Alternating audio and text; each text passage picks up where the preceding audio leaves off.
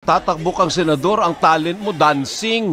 Singing. Magbubudots-budots ka lang, may bigay ka ng jacket, tapos senador ka, okay ka lang. Kaya nga Ay, nag-acting ka lang. Sorry. Oo. Nakikiri daw ako, Kaya Gemini. nga, pero- Kasi ang asayang po sweldo natin, hindi ho ba tayo nagpapasweldo sa mga senador? Oo. Bakit tayo papayag na ganyan, sasayaw-sayawan lang tayo, magpapakyut lang, iboboto natin, nasa top 15 pa ng survey. Ano? Sa mga nasa pwesto na hindi marunong magpaliwanag kung saan napunta ang pera ng bayan. Grabe. At yung drama, okay lang sa pelikula at sa TV. Pero pag sa gobyerno na, ibang usapan na yan. Halos dilima. Nakakapagod. Pero may laban tayo. Mas handa po ako na ituloy ang laban. Si Manay Leila de Lima, ilang taong ikinulong ng walang kasalanan. Pero lumaban. Hello mga kadonatics! Nako! Nadine Lustre, pinatikos masyado. Paano ba naman sinuportaan yung drag queen ng Pilipinas, si Leila de Lima? Grabe, pera-pera na talaga sa Pilipinas. Bahala na yung dignidad dyan. Basta magkapera lang. Ganun na yung lakaran sa Pinas. Nako naman. At ang rumor pa, 50 to 100 million yung budget contract niyan. Sino ba namang di masisilaw? Pag wala kang dignidad, mahuhulog ka talaga sa trap. Alam mo, by heart, na hindi inosente yan. Pero sinuportaan mo ba din? Ngayon, papanoorin natin yung ads na nagpapatikos kay Vice Presidente at kay Tatay Digong. Grabe. Let's watch the video. Real talk. Sawa na ba kayo? Sawa na ako sa As the Facebook. most corrupt in the country's history. Sawa na sa mga abusado sa kapangyarihan? Sa mga nasa pwesto na hindi marunong magpaliwanag kung saan napunta ang pera ng bayan? Grabe. At yung drama, okay lang sa pelikula at sa TV. Pero pag sa gobyerno na, ibang usapan na yan. Halos dilima. Nakakapagod. Pero may laban tayo. Mas handa po ako na ituloy ang laban. Si Manay Leila de Lima, ilang taong ikinulong ng walang kasalanan. Pero lumaban. Ngayon, kasama niya ang ML Party List para ipaglaban ng katarungan, pananagutan, at tunay na representasyon. Sa balota, hanapin ang number 6, ML Party List. ML na ako.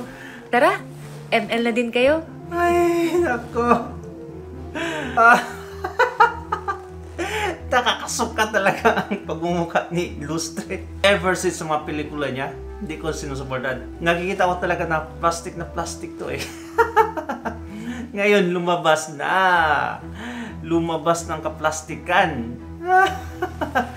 Grabe, no? ML party list pa siya. Dinali pa yung mga ML boys. Grabe. Wala na talaga. At eto mga kadonatics, eto, may isa na namang congressman na umamin na meron talagang panggigipit sa budget at bayaran. Nako, kung bakit sila pumirma sa impeachment case. Iba talaga, no? Ganon siguro ang pagkasabi, tamba. Walang budget, walang ayuda sa bulsa nyo. Kung di kayo pipirma sa impeachment case, dapat malaglag na si Inday Sara. Dapat mawala na mga Duterte. Hindi ito video, but ito yung post galing kay Johnny Pimentel ng Surigao del Sur. Let's read it. Surigao nun, sabtada lamang. Naayon yun, naipit kami kumain. Kumain. Naipit kami kumanlisod. Lisod makontra sa admin. Bisan worse kuman ang admin pero no choice. Sa gayud kami ni Kong Momo. Sunod kami bisan dili na mao gusto. Kaso makat off ang budget sa amo opisina. Suda basahan. Hirapan ako. Anyway, may translation naman sa baba. Ito yung translation talaga niya. People of Surigao, please understand why I have to sign the impeachment. Mahirap kontrahin ang kasalukuyang administrasyon. Kahit ito pa ang pinaka-worst na pamunuan, no choice kami dahil maiipit ang aming budget sa opisina. Ganito mga kadonatics. Grabe talaga. Tapos sabi nila, magnanakaw talaga si Inday Sara Duterte. Pero everything is just political. Everything is just political. Wala nang iba. Ganon ka-worse yung admin ngayon. At si BBM, wala man lang ginawa. May pasabi-sabi pa siya na wag niyong itulong impeachment. Yun lang naman. Wala na. Pagkatapos na i-leak nila, i-leak nila yung conversation, wala na. Worse talagang admin ngayon. Promise. Grabe. Worse sa pamumulitika, worse sa kurakot, worse sa krimen, sa mga project, wala. Pinahinto pa yung mga project ni Tatay Digong sa Mindanao. Ay, nako, wala na talaga. Sabi ng isang anchor, sinasayawan lang daw tayo ng budots para manalo.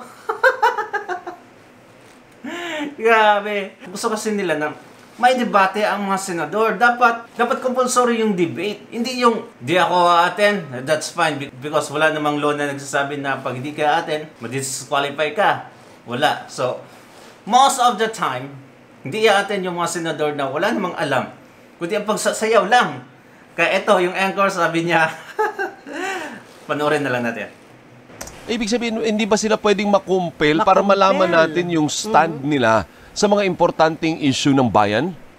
Ako po talaga, Sir Alvin, ako ang personal composition, dapat at pwede sila makompel. Kaya lang po talaga, pag pinag-aralan natin kasi kakailanganin namin ng batas para mag-authorize sa amin na i-compel sila. Kung kami po ang gagawa nito, Pagkilom. for example, ayaw umattend ni Sir Alvin o kaya ni Ma'am Doris sa debate, pwede ba namin kayong kasuhan? O kaya i-disqualify? Kakailanganin po ng batas na magsasabing pag hindi umattend, kinakailangan makasuhan ng election offense o kaya disqualification kasi wala po siya sa enumeration na pwedeng ma-disqualify. Kasi kung warning lang sa amin, ba't ka namang a-attend kung ang cover kayo magwa-warning lang? Dapat may karampatang parusa na disqualification o election offense for refusal to attend the debate. So ayun po, kailangan na sana namin ng batas sa bagay na. Napaka-importante po itong talakayan na ito para in preparation for 2028, sana nga may maipasa na ganyan dahil sa kasalukuyan po, Sir Alvin, Ma'am Doris, 66 ang kandidato for senators and therefore, dapat siguraduhin naman anong magpapadebate na lahat ay present at pwedeng magkaroon ng opportunity na mag-participate sa isang debate.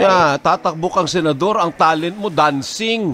Magbubudots-budots ka lang, may bigay ka ng jacket, tapos senador ka, okay ka lang. Kaya nga nag-acting ka lang. Sorry. Nakikiri daw ako, Chairman. Pero, kasi ang asayang po sweldo natin, hindi ho ba tayo nagpapasweldo sa mga senador? Oo. Bakit tayo papayag na ganyan, sasayaw-sayawan lang tayo, magpapakyut lang, iboboto natin, nasa top 15 pa ng survey. Ano ba, di ba, Chairman? Dapat alam natin yung stand niya. Siya ba, ano bang stand niya sa West Philippine Sea? Diba, importanteng bagay, di ba? Correct. Pag nahalal ba siya, o pangungunahan niya yung paggagawa ng enabling law? Yan. Ay, alam mo yun, yung mga, kahit paano may silbi naman dahil magiging swelduhan sila ng taong bayan, Chairman. Alam niyo po, Sir Alvin, ako naniniwala, dahan-dahan, unti-unti nagiging mature ang ating mga kababayan, lalo pa because of the advent of modern technology, yung social media. Tama po kayo sa bagay na yan, but at the same time, dapat po issue-based ang ating pong pagboto. Yan po ang importante nitong kampanyahan mula po February 11 hanggang May 10 po, dapat matingnan natin sila, maobserbahan. Ano ang posisyon? Paano nila pabababain ang presyo ng ating gasolina? Ang presyo ng ating mga bigas or whatever, yung kahirapan, paano po mapapababa? So yan po ay dapat obserbahan natin para hindi po tayo personality-based, issue-based ang pagboto. Yan ang tunay na botante. Lalo na po, Sir Alvin at Ma'am Doris, sa 25 million natin na mga kabataan sapagkat kayo at para sa inyo ang botong ito para sa kinabukasan. Kamusta po ang voters education campaign ng COMELEC? Sana, galaw-galaw din ko, Belek. Nako, Garcia. Well, nanalo last time. Sinayawan lang tayo ng budots. Yung mga fans din, sabi nila, okay, boto natin to. Ang galing sumayaw eh. Nako, Bong Revilla. Nako, ngayon sumanib pa sa administrasyong BBM. Yung video na yun, bagong-bago lang. Sumayaw sa office ni Gwen Garcia ata yan. Dahil sa issue ng political dynasty ng mga Tulfos, ipapatawag na sila ng COMELEC at sasagutin nila yung issue na yun. Kasi sabi ni Erwin Tulfo ata yun, last day lang, o kahapon, sabi niya, wala naman talagang concrete na law about sa political dynasty. Wala dong explanation, detailed explanation. Kaya ang dami ng tulpo ang siguro kung may kapitbahay na tulpo to, nako, idadamay pa sa pagtakbo. Okay, let's watch na lang. Legal technical issue po sila na nire-resolve. Kahapon po dapat i-release na nila yung summons. At yan po, makikibalita rin ako kung ano ang kanilang napag-usapan kahapon tungkol sa bagay na yan. Again, ang issue po dito sa petisyon na na-file ay patungkol sa anti-political dynasty na sinasabi ay na-violate daw po ng mga respondents. So papupuntahin sila sa COMELEC, Chairman, yung magkakapatid? Masasagutin po sila 5 araw pagkatapos matanggap okay. yung summons at pagkatapos submitted for decision yung kaso. So asahan nyo po, second week ng March up to third week yung latest ay lalabas po yung desisyon ng COMELEC Division. Oo, sabi ni Agra, si Agra ba nagsabi sa atin when was that? The other day, ano? Sabi ni Attorney Alan, wala nga enabling law. Walang bale. Walang batas Kasi na nagde-define what dynasty is, Chairman. O, hindi ko pa muna masasagot dahil siyempre makapipreempt ko at saka baka ma-inhibit pa ako. Sayang naman din yung boto natin dyan sa bagay na yan. Pero alam niyo po, itong mga ganitong klaseng pagkakataon ay napaka-importante. Dahil hindi niyo po napansin, Sir Alvin, Ma'am Doris, kami ang unang pinuntahan ng petisyon. Maaari pong tama rin yung ginawang kami ang pinuntahan upang may madala sa Korte Suprema. Alam niyo po, maganda magkaroon ng kaliwanagan na talaga yung ganitong issue. Patungo po kasi tayo sa 2028 national and local election. Alright, mga kadonatics, sana ma-disqualify na yung mga tulpos na yan. Kasi alam naman talaga natin na hindi talaga by heart yung mga tulong nila. Ngayon nga lang kinontra si Inday Sara. Si Rafi Tulfo noon, kinontra si Tatay Digong. Kaya alam na natin yung mga baho ng mga tulfo na yan. At huwag na huwag kayo pabubudol sa mga nakikita nyo sa social media sa mga ginawa ng mga tulfos. Kasi yan yung ginagamit nila na tumutulong daw sila. Pero, ay nako, ewan ko na lang. Anyway mga kadonatics, salamat kung umabot ka dito. Please like and subscribe. Bye-bye.